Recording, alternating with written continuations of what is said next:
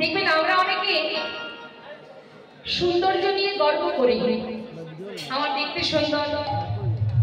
দেখবেন আমাদের যদি একটু দেখতে সুন্দর হয় বাবা, আমাদের ভিতরে অহংকার আসে। আমার দেখতে সুন্দর, শুধু কিন্তু টাকাতে অহংকার আসে না, টাকাও অহংকার আসে, পাণ্ডিত্যে অহংকার আসে, আবার সৌন্দর্যেও অহংকার আসে। তা সুন্দর তো সেটাই, আমরা সুন্দর করে সেজেছি বলে দেখতে ভালো লাগবে, কিন্তু মা সেই তো সুন্দর যে সৌন্দর্যের মধ্যে কোনো দামি অলংকার নেই, দামি গহনা নেই, দামি বসন নেই, তথাপিও সেই দেহ, সেই সৌন্দর্য সুন্দর হতেও সুন্দরতম। যাকে দেখলে ত্রিভুবন ভরে যায়। কি আছে? গৌরহরি আছে তো দেখে নিন ভালো করে। দামি গহনা আছে নাকি গায়ে? দামি বসন আছে? নেই, তথাপিও সুন্দর, এমনই সুন্দর। আমার আপনার মতো হিন্দু কেন, কত মুসলমান ভক্ত পাগল হয়েছে। হ্যাঁ, তাহলে রূপ তো সেটাই, তাহলে আমরা কেন গর্ব করবো? বলছি সুন্দর কপালে সুন্দর তিলক। আর কি আছে দেখুন তো, দেখা সুন্দর সুন্দর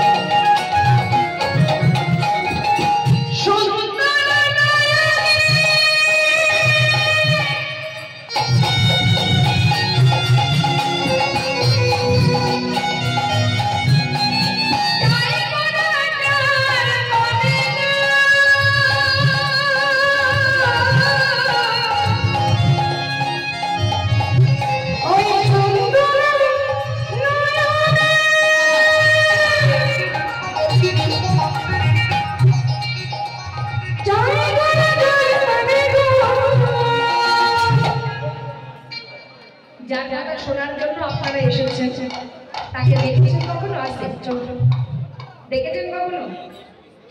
যাকে যার কথা শুনবেন বলে এসেছেন তাকে সাক্ষাৎ দর্শন করেছেন?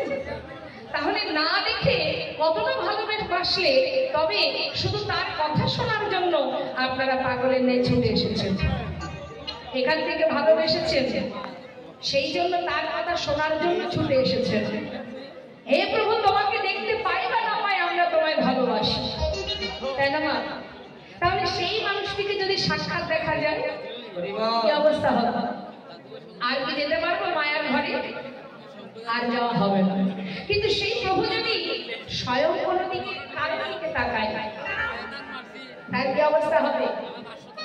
নবদ্বীপে মা বিষ্ণুপ্রিয়ার চোখে চোখ রেখেছিলেন আমার গৌর সুন্দর, সেই থেকে মা বিষ্ণুপ্রিয়া তার সর্বস্ব গৌরচরণে সঁপে দিয়েছিলেন। তাই বলছে, সুন্দর নয়নে চাই ওরা যার পানে, তার অবস্থা কি হবে? তাই নাকি?